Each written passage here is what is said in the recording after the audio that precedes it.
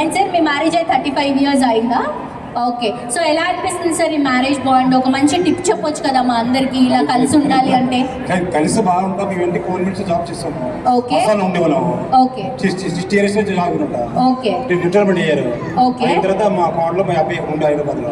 Okay. కొంచెం అందరూ family చక్కగా ఉంటారు. అంటే ఇప్పుడు మీ వైఫ్ ఏ చెప్పినా మీరు అంటే ఇలా ఎన్ని ఇయర్స్ అయినా గడపొచ్చు అంటారు. అది ఎవరైనా గర్ల్ ఫ్రెండ్ ఏం చెప్పినా బాయ్ ఫ్రెండ్ అనాలి, హస్బెండ్ వైఫ్ ఏం చెప్పినా అనాలి. ఈ నెట్వర్క్ బాగుంటుంది, అంతే కదా? ఓకే. సో సార్ ఫస్ట్ మీకంటే ముందు మేడంని సార్ని ప్రపోజ్ చేయించుకుందాము ఒక ఫ్లవర్ ఇచ్చి. సార్ మీరు మేడంకి ఒక చిన్నగా ప్రపోజ్ చేయండి, తర్వాత మీ అబ్బాయితో చేపిస్తాం. సో ఒకసారి గట్టిగా చెప్పట్లో ఈ రోజు ఈవెంట్లో this is the last proposing అని చెప్పొచ్చు నేను. సార్ మేడం కొంచెం ముందుకు రండి మేడం. మీరు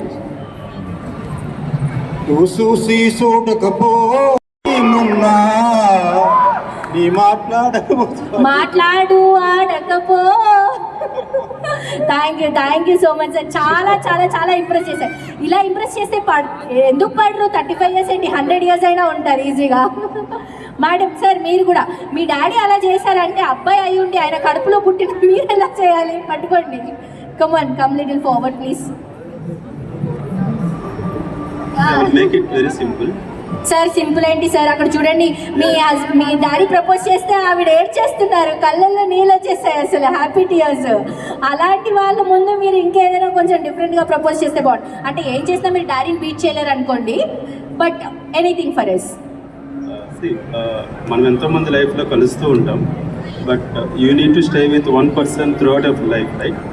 సో ఆ ఒక పర్సన్ ట్రస్ట్ చేయండి. ఆబ్వియస్లీ లవ్ అనేది ఎన్ని స్టేజ్లో జరుగుతుంది. It may be in terms of parents or in terms of wife. So ఈరోజు చాలా హెక్టిక్ షెడ్యూల్ తర్వాత బయటకు వచ్చాం, and now she is very happy. So I want to say like thank you for being my wife and staying with me for a long time.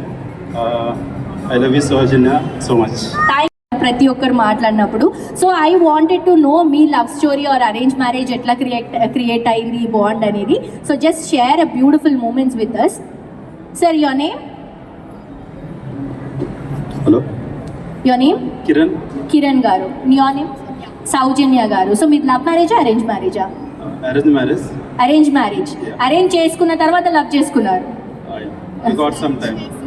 First love చేశాక చెప్పొద్దని చెప్పారు. ఇంట్లో ఎవరైనా ఉన్నారా పేరెంట్స్? ఫాదర్ అండ్ మదర్ కూడా love చేసుకుంటారు. ఇప్పుడు వాళ్ళు లవ్ చేసుకుంటున్నారు ఎక్కువ మీకంటే, మీకు తెలియట్లే.